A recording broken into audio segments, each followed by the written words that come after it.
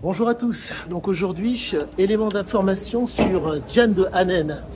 Grâce à un ouvrage sur l'alcoolémie, je viens d'avoir un élément de compréhension pourquoi Sizia Ziquet est tombé amoureux de Diane de Hanen.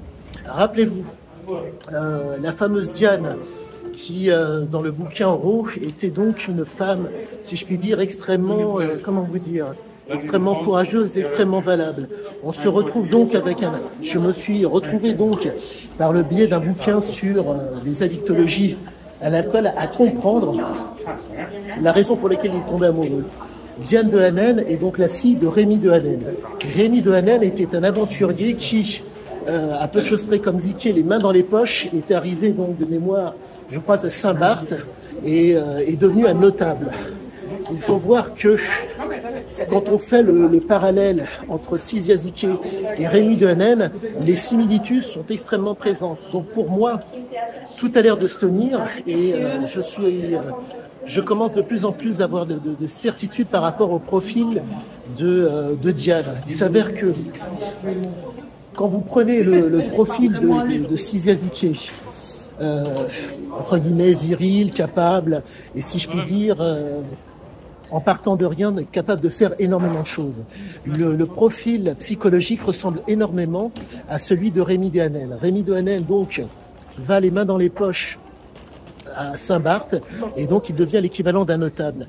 Donc, pour moi, compte tenu des éléments que j'ai par rapport à l'addiction, j'ai l'intime conviction que Rémi de Hanen et Sizia Ziquet avaient beaucoup de similitudes. Pour reprendre, au niveau physiologique, vous avez donc l'énergie, la vibration et l'énergie.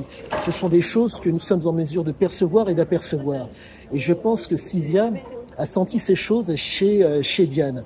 Chose aussi pour moi qui corrèle que Diane, entre guillemets, si je puis dire, avait le répondant suffisant pour suivre Sizia Ziquet. Diane s'était retrouvée, Diane a suivi Sizia Ziquet sur différents continents, dans différents pays, pour vivre avec lui. Résultat, malencontreusement, elle a fait une fausse couche. Il faut comprendre que pour pouvoir faire en sorte que vos enfants soient viables, il vous faut à tout prix pour qu'un enfant soit viable, il faut à tout prix que la mère soit à l'aise.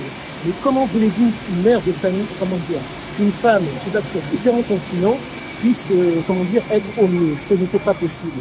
Donc, pour moi, c'est, en tout cas, je ne dirais pas que c'est cousu de fil blanc, mais tout a l'air de démontrer que,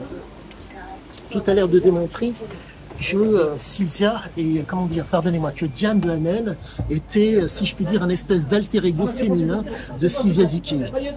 Pourquoi? Je prends les gènes de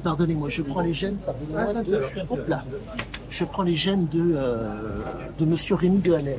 Quand vous êtes un aventurier, vous êtes face à une situation, si je puis dire, à une inconnue. Et cet inconnu fait que vous êtes en mesure, de par le fait que la fonction crée l'organe, vous êtes en mesure de pouvoir faire la différence. Eh bien, quand vous voyez Sizia Ziquet, c'est adepte de la marge et c'est adepte c'est un qui était capable de s'adapter à des situations où il fallait être un exploiteur.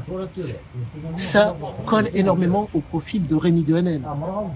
Donc, qui dit Rémi de Hanen dit Diane. Et je pense que Diane a eu, si je puis dire, des prédispositions génétiques qui ont été transmises par Rémi.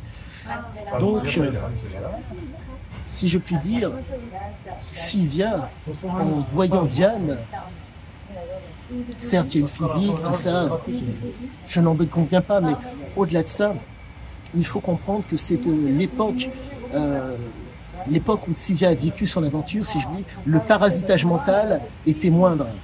Mais je pense que c'est vraiment ça. Donc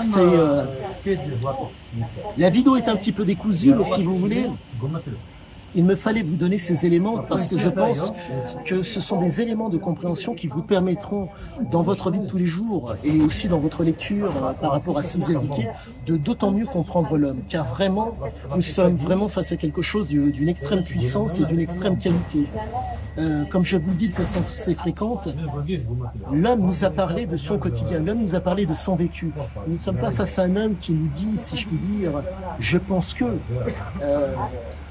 je dirais plutôt, j'ai vécu et voilà ce qu'il en a été. Et franchement, je suis extrêmement content parce que plus j'avance dans la compréhension physiologique, génétique, environnementale et comportementale de l'homme, plus j'ai des, comment dire, plus je m'approche du vrai. Et c'est terrible à dire, si vous voulez. Il vous faut normalement, pour pouvoir mener une enquête un tant soit peu qualitative sur une personne, avoir des éléments factuels. Mais là, si vous voulez, le recul de 40 ans, à peu de choses près, 39 ans, pardonnez-moi, sur l'ouvrage fait réellement toute la différence.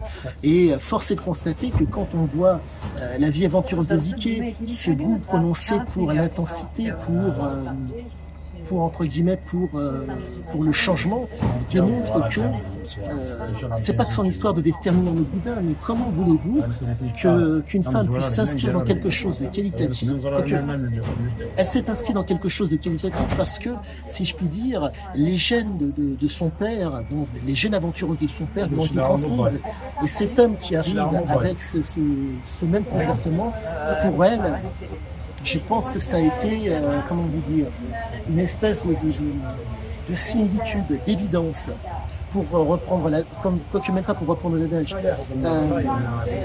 On essaie de tuer le père, mais dans le cas présent, si je puis dire, il y a une espèce de reproduction. Et pour moi, je pense ne pas être loin du vrai. Et donc, quoi qu'il en soit, je vous souhaite à tous une très bonne fin de journée. Et le fameux pouce, abonnez-vous. À bientôt.